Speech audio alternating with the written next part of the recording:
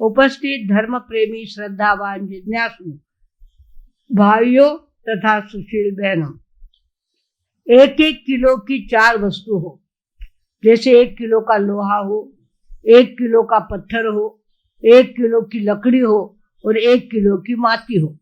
चारों को हमने कड़ी धूप में रख दिया है। कड़ी धूप में दिन भर वे तपते रहे। उसके बाद उनको बाहर निकालने के बाद सबसे ज्यादा गर्म कौन सा रहेगा? लोहा। लोहा कैसा होगा? गर्म होगा।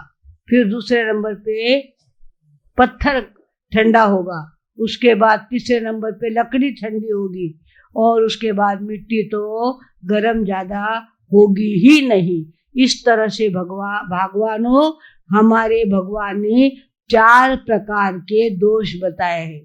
क्रोध, मान, माया और लोभ, ये 4 प्रकार के होते हैं। जो लोहा होता है वो ठंडा नहीं होता जल्दी। इस तरह से अनंतानुबंधी क्रोध, मान, माया और लोभ होते हैं, जिनकी स्थिति 12 महीने तक तो रहती है। 12 महीने के आगे जिंदगी भर अपने क्रोध को वो भुलाता नहीं है, अपने बैर को वो बिल्कुल कम नहीं करता और उसको संभाल के रखता है। क्रोध को, मान को, माया को और लोभ को, जो 12 महीने के बाद भी अपने बैर को संभाल के रखता है, वो जीव अवश्यमेव नरक का ही अधिकारी होता है। ऐसा लोहे जैसा कुछ लोगों का अंतःकरण होता है जो ठंडा होना जानता ही नहीं। ठंडे होना उसको पता भी नहीं है। उसको कौन सा क्रोध कहते हैं? अनंतानुबंधी। अनंतानुबंधी क्रोध, मान, माया और लोभ, इस 4 का शॉर्ट फॉर्म होता है कषाय। कषाय यानी क्रोध, मान, माया और लोभ। चारों कषाय जिसके अंदर 12 महीने के बाद भी सुरक्षित रहती है, वो व्यक्ति डायरेक्ट नरक का रिजर्वेशन करता है। नरक यानी जहाँ न अर्क, अर्क यानी सूर्य, सूर्य की एक किरण भी जहाँ नहीं पहुंचती, जहाँ गुप्त अंधकार है, ऐसे स्थान पे कम से कम उसको 10,000 साल रहना पड़ता है और ज्यादा से ज्यादा तो पल्योपम सागरोपम की आयुष्य उसको भुगतनी पड़ती है। भगवानों, कुछ लोग ऐसे होते हैं अपने क्रोध को शांत नहीं करते। पड़ोसी से झगड़ा हो गया, एक बाई का झगड़ा हो गया, इतना क्रोध उसके अंदर जागृत हो गया तो उस बाई के सासू के पास छोटा सा बच्चा पक्की नींद में सोया हुआ था। वो गुस्से में आई और आकर के उस बच्चे, सासू को तो दिखता ही नहीं था, वो आई और उसने क्या किया, बच्चे को उठा लिया और कुएं में फेंक दिया। क्या कर दिया? कुएं में फेंक दिया। ये कौन सा क्रोध है? अनंतानुबंधी क्रोध। ऐसा क्रोध आता है कि जाने का नाम ही नहीं लेता। इसकी स्थिति 12 महीने से जिंदगी भर। और उसके बाद दूसरा होता है अप्रत्याख्यानी। अप्रत्याख्यानी क्रोध, मान, माया, लोभ होता है। उसकी स्थिति कितनी होती है?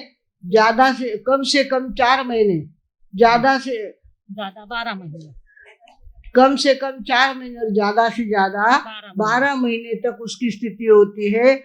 ऐसे लोग कैसे होते? पत्थर जैसे होते। पत्थर जल्दी ठंडा नहीं होता पर लोहे से कम गर्म होता है, लोहे से कम जल्दी ठंडा हो जाता है। ऐसे को पत्थर की चेतना वाले लोग होते हैं। उनकी स्थिति क्रोध, मान, माया, लोभ की 4 महीने से 12 महीने तक होती है। तीसरा होता है प्रत्याख्यानी। उसकी स्थिति कम से कम 15 दिन तक वो टिकाता है और ज्यादा से ज्यादा 4 महीने तक टिकाता है। हमारे यहाँ प्रतिक्रमण बताया गया है। संवत्सरी का प्रतिक्रमण, 12 महीने का प्रतिक्रमण, उसके बाद चौमासी प्रतिक्रमण और उसके बाद पक्षी प्रतिक्रमण हमारे यहाँ बताया गया है। भगवानों, इस तरह से कुछ लोग अप्रत्याख्यानी कषाय वाले होते हैं जो ज्यादा से ज्यादा 4 महीने तक, कम से कम 4 महीने तक क्रोध को संभालते हैं और ज्यादा से ज्यादा 12 महीने तक संभालते हैं। ऐसे लोग होते हैं जिनको अप्रत्याख्यानी कहते हैं। और आखिर में आता है संज्वलन क्रोध। संज्वलन क्रोध कम से कम अंतर्मुहूर्त यानी 48 मिनट से भी कुछ कम, उसको अंतर्मुहूर्त कहते हैं। अंतर्मुहूर्त तक उनका क्रोध रहता है, एकदम गुस्से में आ जाते हैं देखते देखते इतना गुस्सा उनको चढ़ जाता है, पर ज्यादा से ज्यादा कितना टिका सकते हैं वो? 15 दिन तक। पक्षी का प्रतिक्रमण किया, मिच्छामि दुक्कड़म दिया कि सारा वातावरण साफ हो जाता है। भगवानों, हमारे यहाँ भगवान ने 4 प्रकार की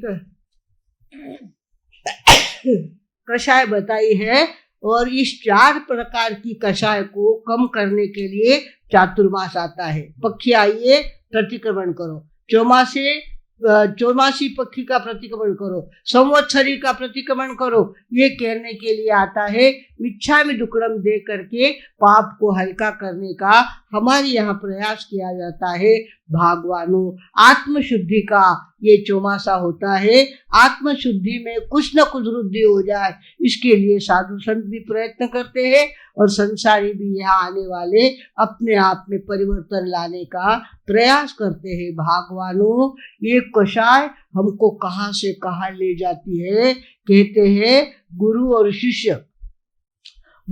शिष्य विहार कर रहे थे। चौमासा करीब आ रहा था और नदी के किनारे किनारे से वो चल रहे थे। बीच में शिष्य पीछे चल रहा था और गुरु आगे चल रहे थे। आगे उनको एक मेंढक मरा हुआ नजर आया, तो शिष्य ने गुरु को कहा, गुरुदेव, आपके पैर के नीचे मेंढक आ गया है, आपको प्रायश्चित करना पड़ेगा, आज आप प्रायश्चित लेंगे। उन्होंने कहा, भैया, मेरे पैर के नीचे नहीं आया मेंढक, पहले से मरा हुआ था, और वो मैं तो उसको टाल के बाद में निकला हूँ। इस तरह से करते वे एक झोपड़ी, पहले थानक कहाँ होते थे, ऐसे थानक और वर्धमान प्रतिष्ठान जैसा थानक, आलीशान थानक पहले नहीं हुआ करते थे। साधु संत झोपड़ी में उतरते थे। झोपड़ी में वे उतरे। कनखल नाम का आश्रम था, कनखल नाम का जंगल है बिहार के अंदर, वहाँ आश्रम था, और आश्रम की एक झोपड़ी में वे उतरे थे। वहाँ उतरे और चेले ने कहा, गुरुदेव, प्रायश्चित लेना है ना, आपके पैरों के नीचे मेंढक आया ना। अरे भाई, मेरे पैर के नीचे नहीं आया मेंढक, तुझे कह दिया एक बार। तो भी वो सुनता करता गया, और आखिर चल करके शाम को प्रतिक्रमण हुआ। प्रतिक्रमण में चेला बैठा था बाहर और गुरु बैठे थे अंदर झोपड़ी के अंदर। और चेले ने पूछा, गुरुदेव, आज प्रायश्चित लिया क्या आपने? आज मेंढक आपके अरे मूर्ख, तुझे कितनी बार कह दिया मेरे पैर के नीचे नहीं आया, मेरे पैर के नीचे, बार बार तू यही बात कहता है। और उनको आ गया गुस्सा, गुरु को गुस्सा आ गया, हाथ में था ओघा और लेकर के उसके पीछे दौड़ने लग गए। उसके पीछे, अब वो चेला तो जवान था, छोटा था, फटाक से भाग गया, लंबा निकल गया।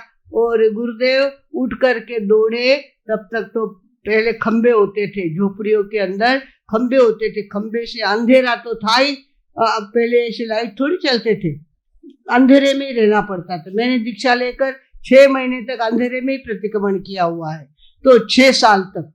तो इस तरह से हुआ ये कि गुरुदेव का मस्तक खंबे से टकरा गया, एकदम से चक्कर आ गई। तपस्वी तो थे ही वे, और नीचे गिर गए, और नीचे गिरते ही उनकी क्या हो गई, अंतिम समय उनका आ गया, अंतिम सांस उन्होंने ले ली, वहां उनकी मौत हो गई। वहां से मर के वो उसी जंगल के मुख्य थे ब्राह्मण, उनके घर में उनकी पत्नी के पेट में वो जन्मे, और वहां उनका जन्म उस घर में हुआ।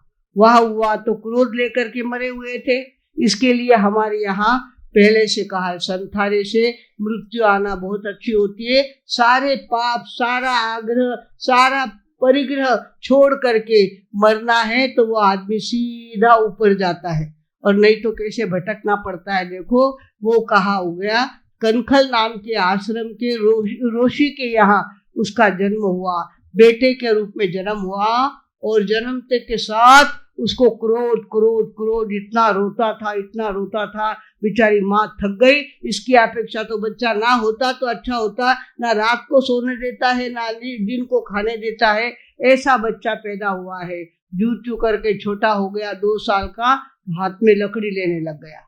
हाथ में लकड़ी लेता और इसके माथे पे मार, उसके माथे पे मार। पहले क्या होता था, आश्रम के अंदर लोग चातुर्मास करने के लिए आया करते थे और वहां ध्यान साधना करते थे।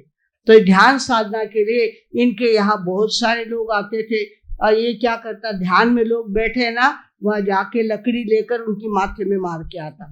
उनके माथे में लकड़ी मारता। गुस्सा पहले जन्म का गुस्सा अभी तक उनका गया नहीं था, ब्याज सहित वो बढ़ने लग गया था। तो वो क्या करता, लोगों के ध्यान में भंग करता, लकड़ी मारता उनके माथे पे। लोगों ने आना छोड़ दिया, ऐसी जगह नहीं रहना, इसकी अपेक्षा तो अपना घर अच्छा है, ऐसा करके वे कम होने लग गए। माँ बाप को इतना पश्चाताप, हमारे यहाँ कितनी साधना हो रही थी, कितनी आराधना हो रही थी, और ये कपूत ऐसा जन्मा है कि किसी को ठहरने ही नहीं देता। जो आता है उसके माथे में लकड़ी मारता है, जो आता है उसको लकड़ी मारता है। उनको बहुत गुस्सा आया। अब करे क्या, तो माता पिता तो उसी में क्या हो गए, मृत्यु को प्राप्त हो गए। दुख के कारण मृत्यु के प्राप्त हो गए। और अब ये अकेला हो गया, ये सारा मेरा है, मेरे बाप का है, मेरा अपना है, और यहाँ कोई मुझे बिना पूछे बैठ नहीं सकता, बिना पूछे कोई आ नहीं सकता। इस तरह से उसका अहंकार जागरूक है। जहाँ क्रोध होता है वहाँ अहंकार आने में देर नहीं लगती। अहंकार उसको आ गया। उधर से गर्मी के दिन थे, 5-6 लोग उधर से आ रहे थे और सोचा कि यहाँ डेरेदार पेड़ है, यहाँ छाव में बैठेंगे, फिर आगे चलेंगे। तो छाव में बैठने के लिए वे 5-6 लोग वहां आए, और इसने दूर से देखा, कौन है जो मुझे पूछे बिना हमारे पेड़ के नीचे बैठता है। गया दौड़ता हुआ गया उनको लकड़ी मारने के लिए। वे बेचारे पहले ही भाग गए वहां से। वे 5-6 लोग वहीं से भाग गए, कोई यहाँ पे है, अपने को यहाँ नहीं रहना। इस तरह से करके वो तो भाग गए, पर इसको दौड़ते हुए इतनी स्पीड इसने ले ली थी कि वृक्ष को टकरा गया। वृक्ष को टकरा गया, वापिस ऐसी मौत हुई उसकी, और मौत होकर के उसको कहा जाना पड़ा, सर्प की योनि में चला गया। कौन सा सर्प हो गया वो? चंडकौशिक सर्प हो गया। चंडकौशिक, प्रचंड क्रोध जिसके अंदर भरा हुआ है, ऐसा सर्प वो हो गया और जंगल में रहने लग गया। उसके आंख में जहर भर गया था। क्रोध का जहर कहाँ भर गया? उसके आंख में भर गया था। वो दृष्टिविष सर्प हो गया। जिसके सामने देखता उसी के शरीर में विष चला जाता और वही चक्कर खाकर वो मर जाता। इस सर्प को तो एक खेल मिल गया, अच्छा हो गया। जंगल में किसी को आने ही नहीं देगा, जो आएगा उसको क्या करता, ये देखता, घूर के देखता, और वो वही पड़ जाता। इसको बड़ा मजा आता। देखा उसके पास मर गया, देखा उसके पास मर गया। इस तरह से उसका खेल हो गया। साधु था एक जमाने का, पर अब नीचे उतरता गया और दृष्टिविष सर्प बन गया। इस तरह से लोगों को मारने लग गया वो। इधर से लोग उधर जाते थे, उधर से उधर लोग आते थे, सबने आना जाना बंद कर दिया। मेरी बहन चली गई, मेरी माँ चली गई, मेरा भाई चला गया। इस तरह से लोग एक दूसरे को सावचेत करते और उस जंगल में जाना सभी ने बंद कर दिया। इधर भगवान महावीर ने दीक्षा लेने के बाद संकल्प किया था कि जब तक मुझे अंतर का ज्ञान प्रकट ना होवे तब तक मैं मौन रखूंगा, तब तक चाहे जितने कष्ट आए तो भी उसका प्रतिकार नहीं करूंगा, उसको सहन करूंगा। इस तरह से विहार करते हुए जंगलों में विहार करते, जहाँ परिवार के लोग कोई नहीं है, ऐसी जगह वो विहार करते हुए कनखल आश्रम की तरफ वो आ गए। वहां देखा तो पार के ऊपर लोग बैठे हुए थे। लोगों ने देखा अच्छे घर का आदमी है, अच्छा कोई आदमी, 7 फुट भगवान की हाइट थी और रंग भी उनका सोने जैसा था। तो कहा अच्छे घर का आदमी है और ये जंगल में जाएगा, इसको पता नहीं वहाँ ऐसा सर्प बैठा हुआ है, वो इसको मार देगा। तो उन्होंने कहा भैया आप वहां मत जाओ, वहाँ सर्प बैठा हुआ है। और सर्प देखता है तो सामने वाला आदमी मर जाता है। हमारे कितने लोग यहाँ के चले गए, आप मत जाओ। भगवान का संकल्प था कुछ भी हो जाए, चरे रेती चरण वही मधुविंदती, चलते रहो, पीछे मुड़ के मत देखो। इस तरह से भगवान को तो लोगों ने कहा, पर भगवान ने तो सुनी अनसुनी कर दी और कहाँ चलने लग गए, उसी जंगल की तरफ जाने लग गए। जैसे आदमी की सुवास उसको आई सर्प को, तो उठ करके खड़ा हो गया। वो घूर घूर के भगवान को देखने लग गया। पर भगवान तो अंदर से इतने जागरूक थे, इतने सावचेत थे, इतनी शक्ति उनके अंदर थी, तीर्थंकरत्व की शक्ति थी उनके पास, उनको कोई असर नहीं हुआ। वे तो आगे से आगे चलते रहे। सर्प ने देखा, अरे मुझे चैलेंज देते हो, अभी देखो तुमको कैसे मैं काटता हूँ और कैसे तुम नीचे गिरते हो, ये मुझे देखना है। भगवान तो आगे आगे चलते रहे और उनके बाद ध्यान में आ गए। तीर्थंकरों को पहले से 3 ज्ञान होते हैं, मति ज्ञान, श्रुति ज्ञान और अवधि ज्ञान। अवधि ज्ञान भी होता है। उनको पता चला यहाँ कोई जहरी आदमी, जहरी जीव बैठा हुआ है और वो मुझे काटना चाहता है। फिर भी उन्होंने रास्ता नहीं बदला, वे उधर ही चलते गए चलते गए चलते गए। और ये सर्प जो ऊंचा ऊंचा होता गया और आपने अपनी आंखों से घूरता गया, पर भगवान को कोई उसका असर हुआ नहीं। और ठेठ जहाँ सर्प का बिल था वहां जाकर भगवान खड़े हो गए। अंदर से उन्होंने ऑटो सजेशन दिया, संबुज्ज किम न बुझई, अरे बोध को प्राप्त हो, क्यों नहीं बोध को प्राप्त होता। इस तरह से भगवान अंदर से उनको कह रहे थे। और सर्प है जो उनको मारने का प्रयत्न कर रहा था। धीरे धीरे सर्प क्या हो गया, डरते, उनको डर था कि मैं काटूंगा और ये मेरे ऊपर पड़ जाएगा तो मैं दब जाऊंगा।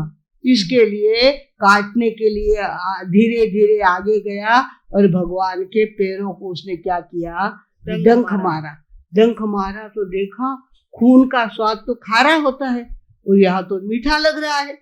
कोई बात है, जरूर कोई बात है। मीठा स्वाद उसको लगा। वो जल्दी जल्दी वापिस अपने बिल में आ गया। और भगवान सतत उनको संदेशा दे रहे थे, संबुज्ज किम न बुझई, बोझ को प्राप्त कर, क्यों न बोझ को प्राप्त करता। इस तरह से समाचार दे रहे थे।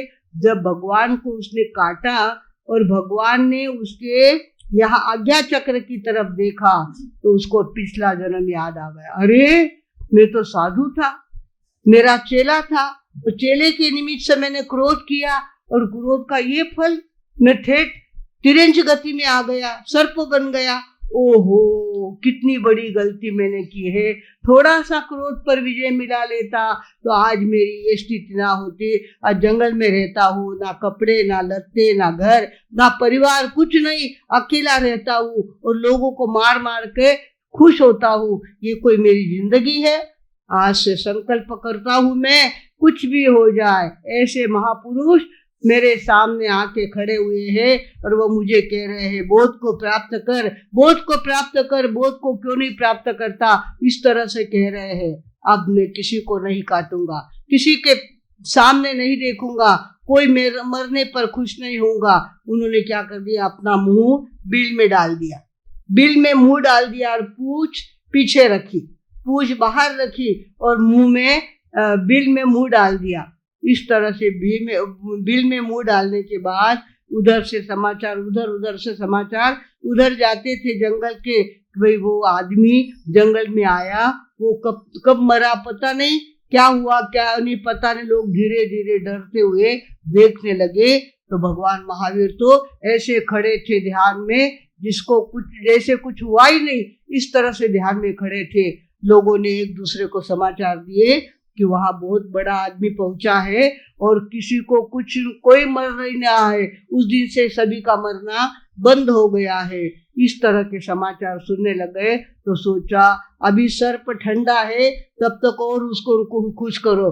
लोग क्या करते, लोटे में दूध लेके आते, शक्कर लेके आते और सर्प के ऊपर, सर्प की पूंछ बाहर थी, मुंह अंदर था और उसने संकल्प किया था जब तक मेरे शरीर में प्राण है तब तक ना खाऊंगा ना पीऊंगा, कुछ नहीं करूंगा। ये महापुरुष यहाँ पर खड़े हैं, उनकी साक्षी से मैं तपस्या करूंगा। पहला जन्म उसको याद आ गया था और वो शांत होकर के अंदर में सोया हुआ था।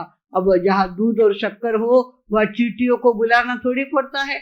चींटियां इतनी आने लग गई वहां पे और सर्प के पूंछ पे, सर्प के शरीर पे बैठने लग गई, उसको डंक मारने लग गई। तब ये जागा हुआ सर्प था, इसने कहा लोगों को मारते हुए तुझे शर्म नहीं आई? अब चिट्ठियों का डंक सहन कर, अब सहन कर, सहन करना है, सहन करना है। इस तरह से वो सहन करते गए। चींटियां इतनी ज्यादा बढ़ गई, चींटियों ने इतना उसको काटा, फिर भी इसने समता को छोड़ा नहीं। और धीरे धीरे ऐसे कितने दिन निकले, 15 दिन निकले। ये सत्य बना हुआ प्रसंग है, गप्पा और गप्पीदास नहीं है, ये सत्य बना हुआ प्रसंग है भगवान महावीर के जीवन का। कि उसने 15 दिन तक, भगवान महावीर 15 दिन तक वहां खड़गे आसन में खड़े हो गए थे, वह ध्यान कर रहे थे और बार बार सर्प को कह रहे थे बोध को प्राप्त कर, बोध को क्यों नहीं प्राप्त होता। इस तरह से वो बोध को प्राप्त हो रहा था। उनकी शक्ति थी भगवान महावीर की, सामने वाले तक वो पहुंचती थी। और इसने 15 दिन तक ना कुछ खाया ना कुछ पिया। और वहां अंतिम समय जब उसका आया तो उसने भगवान की शरण ली, कहने लगा जी आज तक मैंने जो तप किया है वो तप आपके चरणों में अर्पित करता हूँ और मेरी आयु पूरा करता हूँ। इस तरह से अपनी आयुष्य को पूरे किए उन्होंने। और 8वें स्वर्ग में, कौन सा स्वर्ग है 8वां? सहस्त्रार नाम का स्वर्ग है। उस स्वर्ग में जाकर देवता बना। कौन? सर्प। क्रोध के कारण कहाँ चला गया था? नीचे नीचे उतरता गया, अर्थात सर्प बन गया। और क्रोध छोड़ा और भगवान की शरण ली तो कहाँ चला गया? 8वें स्वर्ग में चला गया। भगवानों, ये सत्य बना हुआ प्रसंग है। और इसके लिए हमें पर्युषण पर्व कहने आए हैं कि अब तुम्हें अपना क्रोध कम करना होगा। घरे जाए ने लुगाए बिंदी ने क्यों नहीं, अरे मैंने 3 दिन रहा उपवास, पचकुटो भी नहीं भिजायो, ते शिरो भी नहीं करो, ते पापड़ भी नहीं सेकिया। इस तरह से आप करोगे तो इतना किया हुआ सारा धूल धानी हो जाएगा। यहाँ से जाने के बाद समता पूरी रखना है, सहनशीलता पूरी रखना है और किसी तरह से अपनी साधना में भंग ना आवे, इसका ध्यान रखना है। भगवान महावीर ने कहा है कोहं च मानं च तहेव मायं लोभं च उत्थम अज्जत दोषा ये अणिवंता न कोई पावन कारवे, न कोई पावन कारवे। ना पाप स्वयं करते हैं ना औरों से करवाते हैं। ऐसे भगवान ने क्रोध, मान, माया और लोभ का क्या कर दिया था? त्याग कर दिया था। इधर हमारे सर्प के जीव ने कितने द्रव्य, कितने क्षेत्र और कितने काल और कितने भाव बदले, जरा सोचो। पहले कहा थे वो झोपड़ी में थे, उनका क्षेत्र कौन सा था? झोपड़ी क्षेत्र था। और द्रव्य क्या था? ओघा, ओघे की डांडी, चेले को मारना, इतनी भावना थी, बाकी कुछ भावना नहीं थी। क्षेत्र वो था। काल संध्या के समय प्रतिक्रमण का था। और भाव कौन सा था? चेले को एक डंडा मारने का भाव था। उसके बाद उनका द्रव्य बदल गया। अब उनके हाथ में क्या आ गया? ओघे की जगह डंडा आ गया। उनके हाथ में डंडा आ गया। और क्षेत्र कौन सा हो गया? कनखल का आश्रम। कनखल का आश्रम, पहले झोपड़ी थी, अब आश्रम बढ़ गया। बहुत ज्यादा बढ़ जाना भी कोई अच्छा नहीं होता है। उसमें ये परिग्रह भी आदमी को लेके डूबता है भगवानों। इस तरह से उसका क्षेत्र तो बढ़ गया, आश्रम उसको मिल गया था पूरा, तो क्षेत्र उसका आश्रम हो गया। काल उसका दिन भर लोगों को देखना और मारना, लोगों को देखना और मारना काल था। भाव क्या था? दिन भर मारने के भाव उनके मन में भरे रहते। द्रव्य का क्या था उनका? द्रव्य डंडा था। पहले द्रव्य ओघे की डांडी थी, फिर द्रव्य कौन सा बन गया? हाथ में लकड़ी, वो द्रव्य बन गया। अब द्रव्य बन गया तीसरे जन्म में उनका द्रव्य बन गया आंख, जहरी आंख। आंख में जहर भर गया, उनका द्रव्य कौन सा हो गया? जहरी आंख, ये उसका द्रव्य हो गया। क्षेत्र कौन था? पूरा जंगल, पूरा कनखल का जंगल। पहले तो खाली आश्रम में रहता था, अब तो पूरे जंगल में जो भी आता उसको मारना, यही उसका काम था। और क्षेत्र उनका क्या हो गया? जंगल हो गया। काल उनका दिन और रात, पहले तो खाली दिन को मारता था, अब तो दिन और रात, रात दिन। आदमी की सुगंध आई कि खड़ा हो गया और उसको डंक दिया, उसको देखने लग गया। वो जब तक नहीं मरे तब तक उसका पीछा करता, और जब वो मर जाता तब उसको शांति होती। इस तरह से क्षेत्र उनका क्या बन गया? पूरा जंगल हो गया। और काल कौन सा, दिन और रात का हो गया। और भाव सिर्फ मारने का भाव था। इस तरह से द्रव्य, क्षेत्र, काल और भाव ये तीनों बदलते गए, बड़े होते गए। पर बड़े होने के साथ उनके द्वारा पाप करवाते गए भगवानों। ये तो भगवान महावीर जैसा सत्संग उनको मिला और देखते देखते 15 दिन में उन्होंने सारे अशुभ कर्मों को बाजू में कर दिया और शुभ कर्म का बंद करके वे 8वें सहस्रार नाम के देवलोक में उत्पन्न हो गए। और आगे चलकर चंड कुशिना जेवा झेर उतार्या एवा, झेर माया उतारो, झेर माया उतारो। चंदन बालाना विराज माया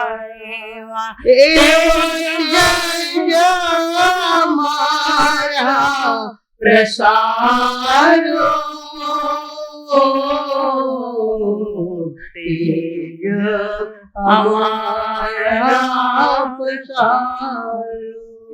चंडकोशी का जैसा जहर उतारा, हे भगवान ऐसा जहर हमारा भी उतर जाए, हमारा भी क्रोध खत्म हो जाए, कम हो जाए, हमारा भी अहंकार कम हो, हमारा भी लोभ कम हो, हमारा भी कपट कावा कम हो। इसके लिए हम पर्युषण पर्व की साधना करने के लिए यहाँ पे आए हैं भगवानों। कुछ लोग तो यहाँ पे पहुंच गए हैं और कुछ लोग अभी भी अपना काम घर पे कर रहे हैं।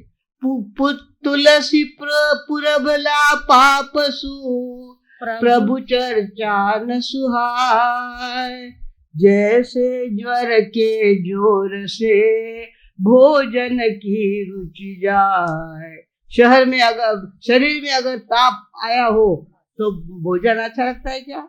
नहीं अच्छा लगता। इस तरह से जो बीमार है उनके पैर पर्युषण पर्व को देखकर भी इधर नहीं आते। वे तो अपने काम में, अपने मौज मजा में मस्त है। कोई टीवी देख रहा है, कोई सर्विस पे गया है, कोई बिजनेस कर रहा है, कोई झूठ बोल करके पैसा कमा रहा है, क्योंकि उनके पास में पाप का स्टॉक है, पुण्य का उदय नहीं हुआ, जिस कारण से भगवानों यहाँ तक आने की उनकी इच्छा नहीं होती। भगवानों हमें ध्यान रखना है, सत्संग आदमी को कहाँ से कहाँ पहुंचा देता है। 8वें देवलोक में स्वर्ग का जीव चला गया, सर्प का जीव चला गया।